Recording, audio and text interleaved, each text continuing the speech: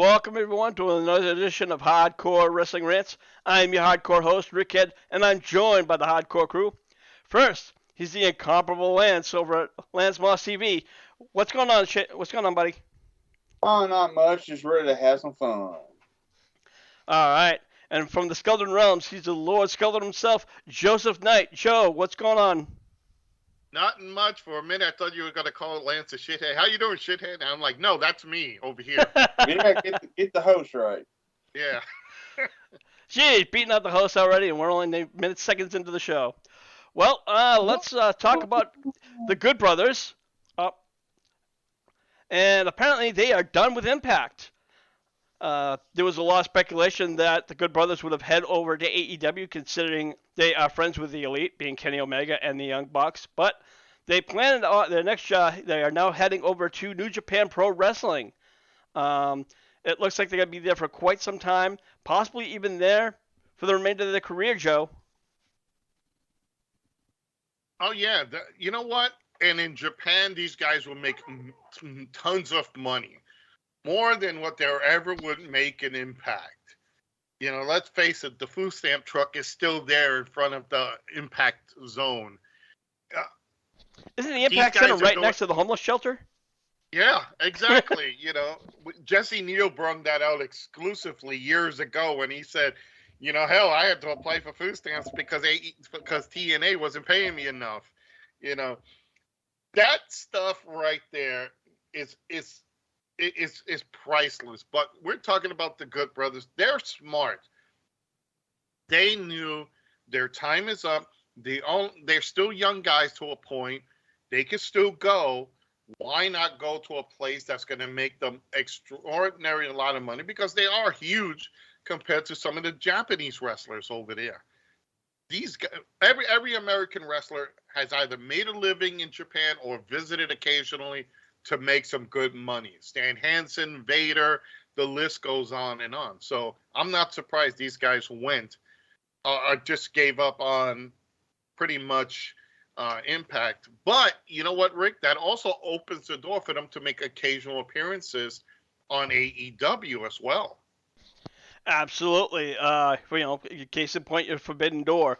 They've also known that AEW wrestlers have worked with New Japan Pro wrestlers, and New Japan Pro wrestlers have also came over to AEW numerous times. So, I don't think it's the last time we're going to see Good Brothers on AEW. But let me ask you this one, Lance. Do you think that if they had went over to AEW, considering the robust of tag teams division they have both in Ring of Honor and AEW, don't you think they would have been a bigger fit? Actually, no, because they have that robust tag team division in AEW right now. It'd be like throwing just another drop of water into a pond.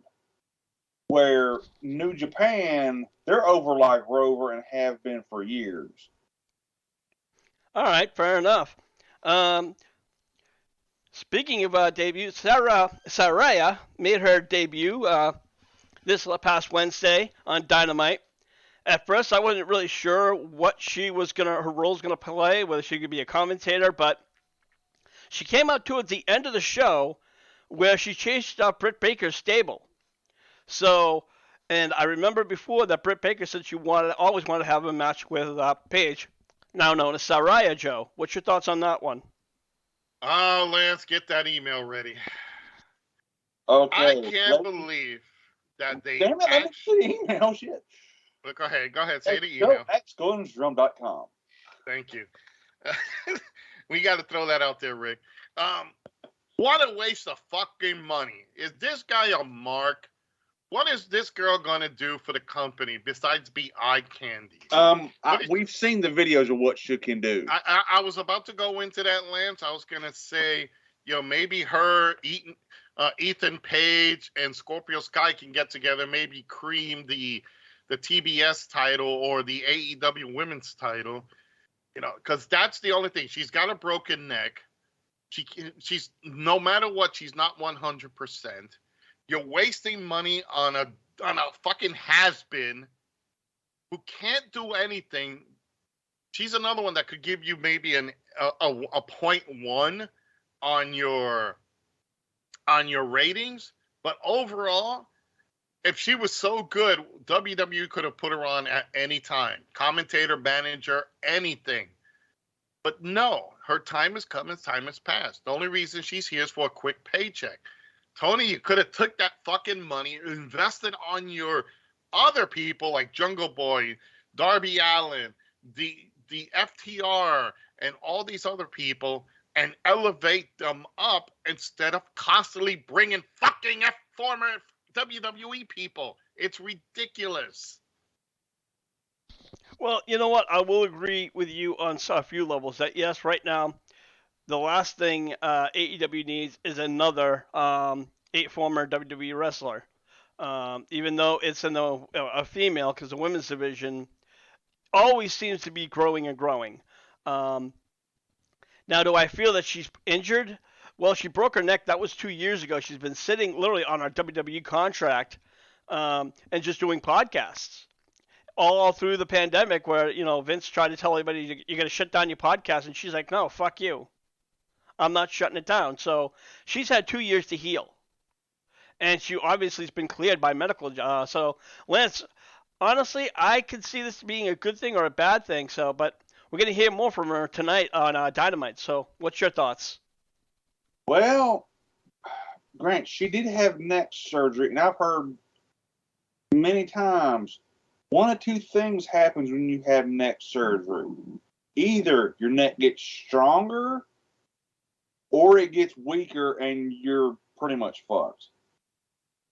Like with what happened to Arn Anderson.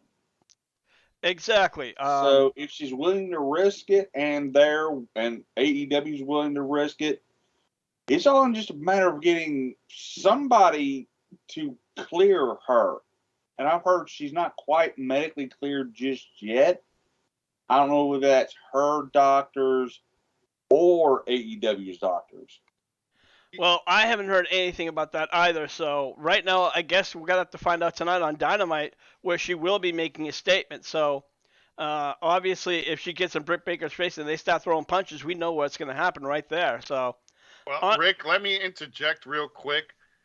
Just the liability alone with her being in the ring, like Lance said, your neck could get stronger, your neck could get weaker, and you can develop arthritis in your neck, your disc can degenerate.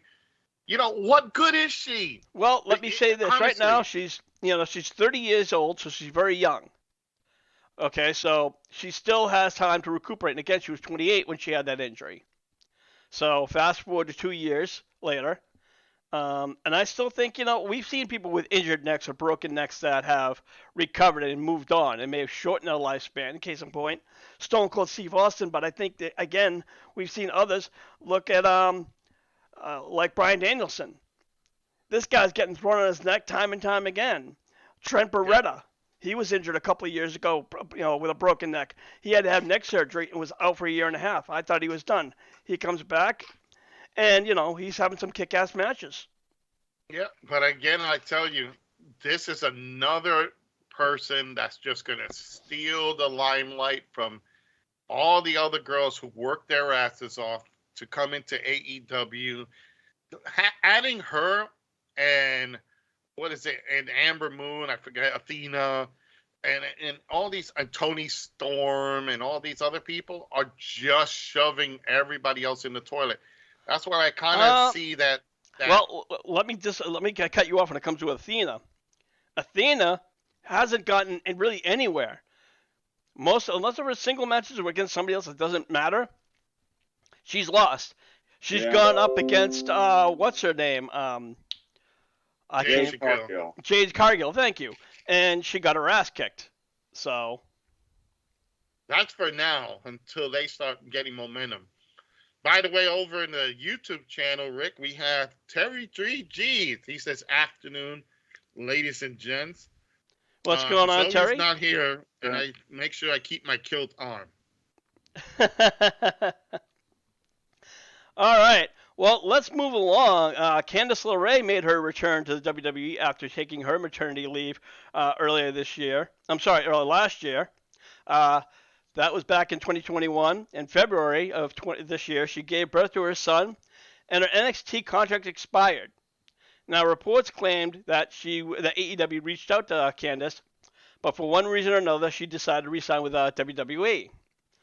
Now, guys, I'm gonna tell you now. Candice LeRae is on the main roster. She's not on NXT, and honestly, guys, I think this is gonna be a right step for her to stay within WWE, Joe.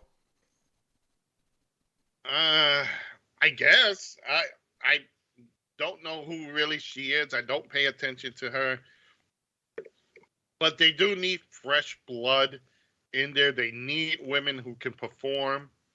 So far, I haven't seen any in WWE that can take the mantle up to the next level. So they're just waiting for Sasha Banks. That's why. Oh God, no! Let's hope not. I do want to say one thing, Rick, and this is for everybody who's listening. I hope everybody is, all our prayers and hopes for those in Florida right now. Hurricane Ian is really just taking a beating, is destroying stuff left to right. They gave it a proper name, Ian, from Axel and Ian Rotten from the old ECW hardcore team. So I hope everybody's down there is safe and. Be careful and stay safe out there. Absolutely. Lance, your thoughts on Candice LeRae returning to WWE, and was it the right call? Well, this has been one hell of a year for her. I mean, gives birth to a son, gets out of the contract, and that's the situation where that was going. Yeah, probably a good call. Comes back and now is on the same brand as her husband. It's a pretty damn good year. Well, they were also down at NXT together, and if you recall, they actually had a couple of mixed tag teams together. They did some feuds together. So it's not the first time that we have seen Johnny Gargano and Candice together. So that's a pay increase right there. Absolutely, I'm sure that hers coming to the main roster is another step up in her career. It's also another deduction on your taxes now. Yeah. All right. We're going to move on. There were rumors that Buddy Matthews and Malachi Black were leaving AEW. And that is not the case, folks. Even last week, I think we reported here that from what we read, that Malachi Black was leaving under quote-unquote special conditions and that he had to go home to have a mental reset, and he had some other issues that he wanted to take care of. Now that part is true, where he has issues to take care of home, so he's taking an leave of absence, very similar to Buddy Matthews. He wanted the AEW out of the AEW, but Tony Khan said no. You want to take time off? Fine, you can take time off. But apparently Tony Khan is tightening the reins, and he's not letting a lot of people from AEW get out of their contract without strong situations. Lance, your thoughts? Honestly, smart move, because those two guys would be guys that Triple H had in NXT, so they'd be going right back to WWE. Smart move on Tony's part. But also, I'm kind of seeing House of Black getting a repackage. If all these guys are taking leaves of absence. Yeah, you know what? Unfortunately, the House of Black is not looking too great right now because all they have now is Brody King and Julia Hart. Yeah. So you can't really call it the House of Black. You got to call it the Broken House of Black, Joe. The one resident in the apartment. That's what you call it. Yeah, pretty much. The resident black.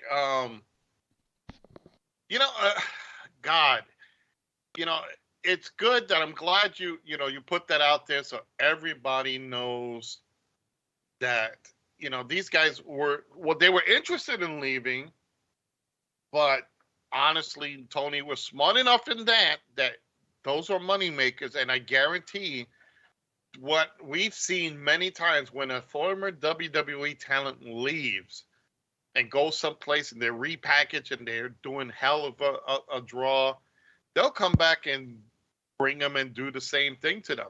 Look at Drew McIntyre. When he left, he did his own thing in TNA or Impact, came back a lot better, and he got pushed up. So I would not be surprised if these three guys were gone, that they wouldn't do something similar to the House of Black in WWE, because WWE will do that, especially with the rumored Bray Wyatt coming back. So good for Tony. Keep them there. See, sometimes he can make a good decision. You know, he's not all thank Come you, on, give the guy again. a break. He's only been running a wrestling promotion for 3 years. Yeah. You know, he will make a lot of mistakes, and he'll make a few more mistakes along the line. Let's just hope that he doesn't end up doing the WCW where it closes in a year because of bad decisions. Very true, but I think he has a little bit more money than.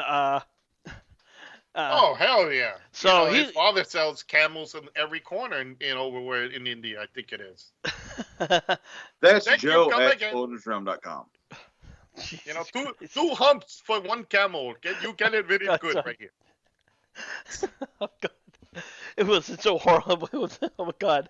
Oh. You know, folks, hold on. I gotta say this. Anytime I can make Rick laugh like that, you know the joke is fucking funny. Are we still It's horrible but funny, yes.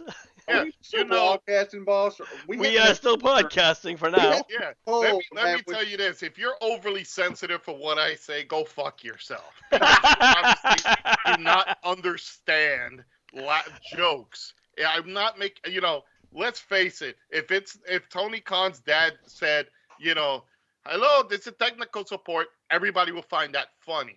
Don't be fucking oversensitive. Enjoy the show for what it is. We're hardcore, not woke, namby-pamby bullshit. So thank you, Rick, coming in. Yeah, that's right. We're not politically correct. But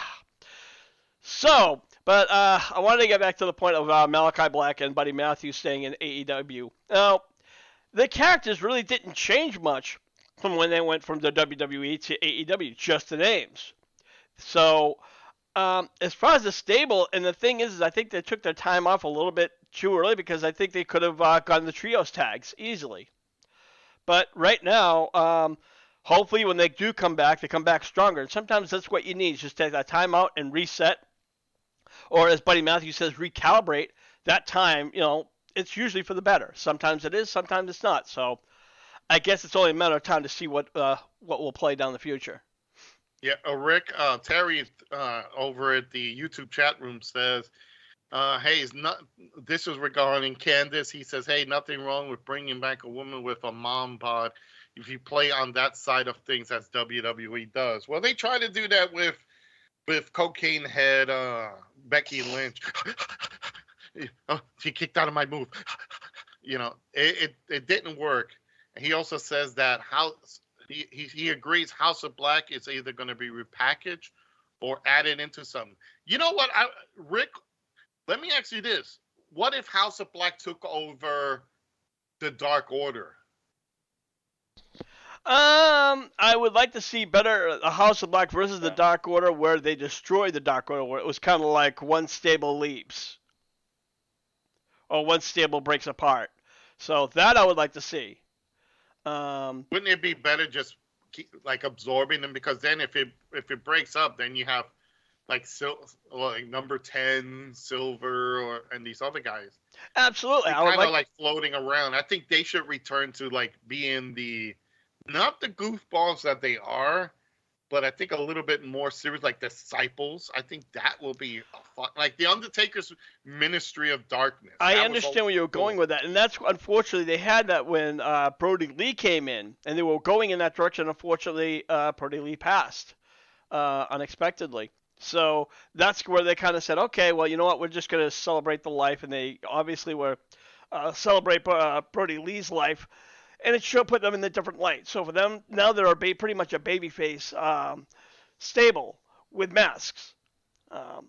But, nevertheless, I still think you're right on some level. I think they should do something with the House of Black, the Dark Order. But if they feuded with the House of Black, especially the stable and the condition it's in, they're going to lose. So something down the line I would not mind seeing, but it's gonna have to be something special. Otherwise, don't do it at all. Let's put it that way. Now, AEW moved the original date for Battle of the Belts 4 from Saturday, October 8th, to Friday, October 7th. The reason for the change of the date is because they won't be competing against WWE's Extreme Rules, which is also on a Saturday. Joe, I think that's honestly a smart move. And I think whatever business it is, if let's say if WWE had a show on Saturday or something, or a Sunday, I think that's why WWE moved their pay-per-views to Saturdays for the most part. Absolutely. A lot of the, pay-per-views are being filled in now with a lot, and television is being filled with sports like the NFL, and all that. That's now, in full swing here. I think that's a great thing. And what's even better is by having this show on a Friday at the time it is, we can actually now get together and commentate on the show live. So I think it's a good idea. We'll have to see how it goes, but I'm looking forward. That's one of the things I'm glad that they're doing this, because AEW does bring back some of the original concepts, and it's good to see those original concepts come back. Yeah, absolutely. And also, Lance, the fact is we're going to have another 2 hours on Friday night of AEW. They'll have Rampage, and then they'll have Battle of the Belts shortly after. And also, then this is how I'm seeing it, because it's basically what it is. I'm seeing it as we're getting a 2-hour Battle of the Belts. I'm not sure what they're going to do is 2-hour Battle of the Belts. It looks like it's Battle of the Belts and then Rampage and then Battle of the Belts. I think this show's pre-taped. I'm not entirely sure. Yeah. Don't hold me to it. So, but I mean, the way I'm looking at it, 2 hours of AEW, one of them's Battle of the Belts. I'm just calling 2 hours of Battle of the Belts. Fair enough. All right, that works too. So now, I don't know if you guys have noticed, but on the same flyer that AEW had, on the top they have the Young Bucks in there. The Young Bucks, CM Punk, and everybody from all out immediately scrambled battle was wiped away for a while because they've all been on suspension. A side note, speaking of that, Matt Jackson took to Instagram a story on Tuesday where he thanks fans for supporting the Young Bucks and said, "We really can't wait to see you guys very, very soon." This was also thanking the fans for, I guess, they're selling some new sneakers thing, and of course it's an AEW product. So it's a Young Bucks sneaker, Joe. But the fact that they're saying we can't wait to see you very, very soon tells me that they're going to be coming back probably sooner than Punk will. Oh, absolutely. I think what the problem with the poster was that they didn't count. Some of this stuff is already pre-done, pre-rendered. So sometimes they don't get a chance to remove it and update it quickly, because you see there's also Thunder Rosa, who's supposedly gone for a while in a kayfabe injury. So that's another thing that, it's just sometimes you just don't catch it in time. That's why there's a famous quote in any wrestling show and any wrestling flyer: card subject to change. So absolutely. I didn't you can see that in the bottom of this picture. Yeah, absolutely. I absolutely agree with you. I didn't say they were going to be there on that particular show, but I think that's definitely a teaser of saying they're coming and they're still a part of it.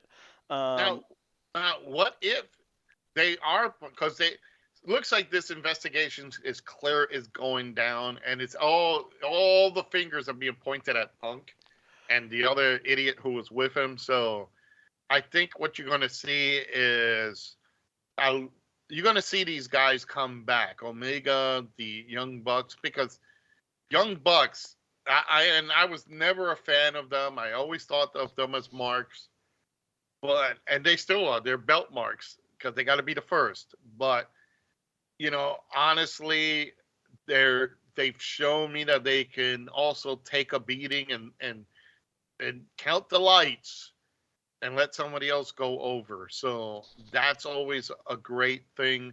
So I can't wait to see. I want to see these guys come back, and that will give an additional ratings. Yeah, absolutely. And like I said, also Kenny Omega had just come back from an injury before this whole all-out bullshit happened, and fans were loving him. So I think the only positive for Omega on this situation is it gave him a little bit more time to heal. But, excuse me, nevertheless, speaking of this whole all-out Rumble, there's rumors that or at least PW Torch is claiming that everything is pointing in the direction that AEW is trying to buy out CM Punk's contract. Now, here's the thing. I think Tony Khan still may have a bit of a niche for Punk, but he has to wonder what's going to be more important: my mark for being a CM Punk mark, or trying to get this AEW promotion elevated even more. Lance, what's your thoughts? Well, honestly, I think everybody involved in the fight should have been suspended minimum a month. But that's neither here nor there. And if Punk's becoming a problem and there's a way to get him out, well, Tony got to do what Tony got to do.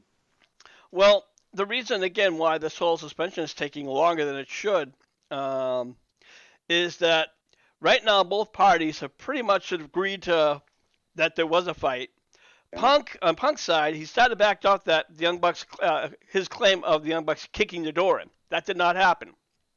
No. The Young Bucks said, no, they pounded on the door, but we did not kick open the door. So, of course, that's when they opened it. I guess that's when they started having a bit of an argument. There was some shouting, and Punk threw the first punch. He clear out admitted that, but he said his only disagreement, the only reason why he threw the punch, was a fear for his safety. Now, Joe, I'm sorry, the fear of his safety? I mean, is Punk really that desperate to make an excuse? The man's in fucking professional wrestling. What is he expected to be all kumbaya? What an idiot. I swear to you, this is a guy who also went into MMA, got his ass kicked. Yes, he did. He got his ass kicked. But, okay, he is fearing from his life in a room full of guys. Back in the day, if you said that in the locker room, they will take you out to the back and beat the piss out of you. Grow up, you little asshole. That's what they will tell you. This is wrestling. If Punk is crying, it's huddle in the corner, drop in a fetal position. Come on now. It's the most ridiculous thing I've ever heard. I think Punk is just trying to make a case for himself. He put his foot in his mouth, Rick, and when people came to quote him on it and get in his face about it, what did he do? He took the baby shit way out of it. Let me drop to the floor, get in the fetal position, and claim everybody beat me up or threatened to beat me up. You see that today with a lot of people, and even with, let's just go say outside of the business. It's people complaining, crying, whining, all that bullshit. And you know what? I understand that to a point, but I think CM Punk never wants to admit any wrongdoing. He'll never come out and say, you know what, I was wrong. And the funny thing is he's the one who started all this shit. This is my argument. If he had true issues with the Bucks and Omega, why did he have to go on TV to start it? Why couldn't he just knock on their door and say, hey, what's up? I heard you had, the rumor about, me wanting Colt Cabana fired, because that's pretty much what started this all. That would have knocked out that. And I think that, and he also was just doing that scrimmage. I think, was it a press scrimmage that he was just letting his ego self overrun everything. I think he's just... Well, because I think Brian Alvarez was there. It was one of the news reporters was there, and he looked, and I think he said, he goes, oh, you're friends with Colt Cabana? He goes, no, I'm not. He goes, oh, all right. And he goes, you should, and that's where he started saying, you should be careful you choose your friends, and that's where it slowly, in between his ranting about Colt Cabana, was ranting about the EVPs, being the Bucks and Omega. Now, let me ask you something. Do you think, and Lance, let me throw that at you first. Do you think that was kind of a way to start Punk off? That's what happened? Like, oh, yeah, you're friends with Colt Cabana. That's kind of like those teaser things when you're, like, seeing someone and just tossing something just to get an ire out of them. Do you think that's what started this whole bullshit? Well, if it was Meltzer, it wouldn't surprise me, because Meltzer... It wasn't Meltzer. Oh, I feel like, because if so... I think it was Alvarez, if I'm not mistaken. Well, it might have been. It might have been a way to get Punk stirred up. I don't think that was intentionally to get Punk stirred up because I don't think it would have ever gone in that direction. I don't think the reporter. I think Punk, honestly, this was an issue that's obviously it was been bothering him for a couple of weeks, if not a couple of months. And he saw that he had an issue. They could, okay, I'm gonna leave it all out now, table, and I'm gonna, let these guys, fuck you, and and hopefully maybe wanting them to start the fight so he could say, hey, they started the fight, not me. I'm wondering if anybody backstage at his previous in WWE before he left there heard anything that would have given any insight to that he would do this again. Like, because remember, he did leave just out of the damn blue from WWE. Not according to Punk, he was fired. No, that's another thing he did on the podcast when he was friends with Colt Cabana, Joe. I'm not sure if you remember. He said that he was fired because what had happened is that yes, he was arguing with Vince and the upper management, and so and also Triple H, and he left. So he pretty much took his ball and went home. And then he said he got a call on his wedding day when he was marrying AJ Lee that he was fired. Now maybe it was a shitty thing to do to be fired on your wedding day. But I don't know, Joe. Correct me if I'm wrong. When you leave a job without any kind of talk or anything else, and you just gone, you usually get fired. That's kind of like the result. Yeah. Oh hell yeah! And look at in average jobs, you don't show up for work, your ass is going straight home. You're never coming back. If same thing if you're late, it happens the same way. Again, I think this guy is just again. I think they tickled his fancy, and then he just ranted on stupidly like he shouldn't have, and it's going to cost him dearly. And it is. I think right now it's proven that he has to. I don't know. Maybe either bite his lip and apologize to the Bucks. I doubt that will happen. Yeah, exactly. But or go cash the check. Yeah, I doubt what's going to happen is if Tony buys out his contract, gets him out. I think that's a smart play because Punk's ego is not going to let him do. Pretty much, not going to let him do anything else. Well, yeah, and again, right now he's still out for like 7 or 8 months with a torn pec. So, I guess maybe in 8 months, maybe he'll cooler heads will be better, and he might even, like I said, I doubt he'll apologize to the Bucks, or I doubt he'll bury the hatchet and just say, you know what, what's done is done, let's just move forward. If Punk can grow up in that fashion, maybe he can come back. But right now, I wouldn't be surprised either way. Can you imagine? Here's one thing. What if they made him apologize, right? What if the Bucks, because the Bucks and Kenny still hold weight. This is still like 3-1. What if they say, okay, you know what? We'll accept. We'll work with you. We'll be kumbaya, but you got to let Colt Cabana come back. Can you imagine that? Him trying to swallow that? Oh, fuck that. No, he would not swallow that. And even to be honest, let's be frank, Colt Cabana doesn't do shit. I hate to say it, Joe, but Jeff Jarrett's a far more better wrestler than Colt Cabana. That's not saying much. That's not saying comedy much. Guy, pure and simple. That's it. Yeah, I think the only reason why Colt Cabana got into AEW, obviously at the first, because Tony Khan was hiring everybody, and also he is a friend of the Young Bucks and Kenny Omega. And just because he had a bad falling out with CM Punk doesn't mean that these guys should stop being friends with him. Oh, what? CM Punk doesn't like you anymore? I'll get the fuck out. Things doesn't necessarily work that way. So, I don't know. Like I said, his Punk's future for right now for me is bleak. Someone's saying, "Oh, he'll come back. He'll come back," and it's possible. But if he does wind up selling his contract, get his contract bought out, you know what? I don't think he'll be missed either. Because in that 8 months, I don't want to see him come back just to win another title right off the bat. You know, let's face facts. The guy has pretty much done what he was brung in for, and that's it. Here's some thoughts from Terry over at the YouTube channel. He'll throw some thoughts in on the Punk buyout. It is hurting ratings now. No, it is.